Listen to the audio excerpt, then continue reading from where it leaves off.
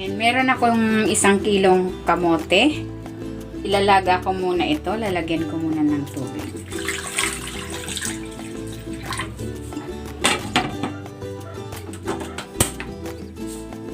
And pakuluan natin yan hanggang sa maluto yung kamote. Ayan, natuyuan na yung kamote. Tingnan natin. Ayan, luto na. Bibiyak na.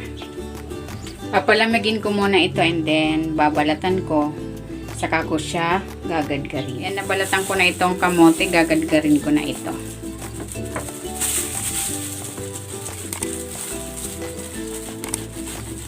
Ayan, patapos na ako maggadgad nitong kamote.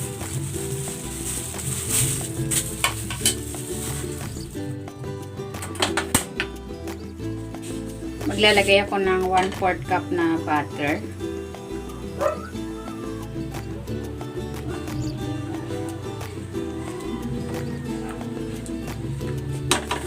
Maglalagay ako ng 1 latang condensed milk.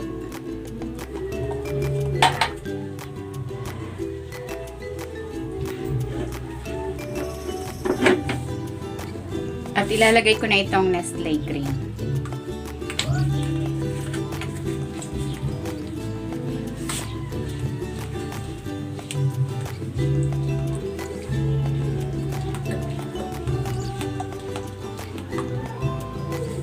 Ilalagay ako ng konting asin.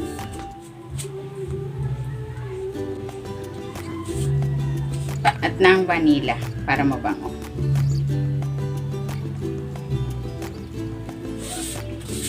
And hahaluin natin ito hanggang sa medyo magtiken yung ating milk mixture.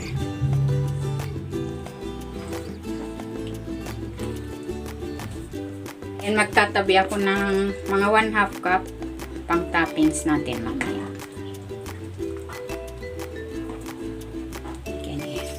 Lalagay ko na dito yung ginadgad nating kamote.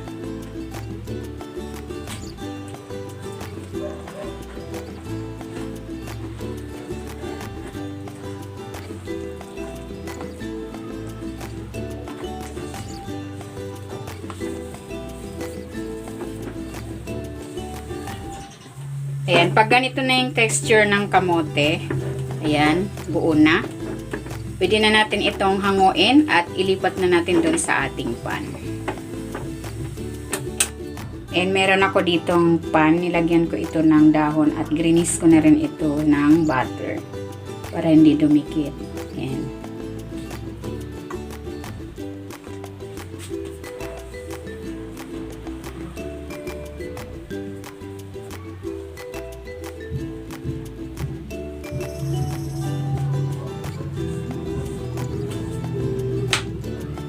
Ibubuhos ko na dito yung tinabi kong milk mixture.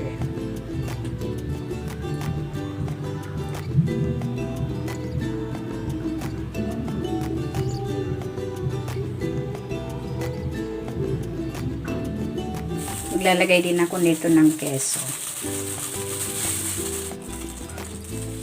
Ayan, okay na itong ating kamote delight. I-rest muna natin ito for 30 minutes. Or pwede natin itong ilagay sa chiller bago natin i-serve.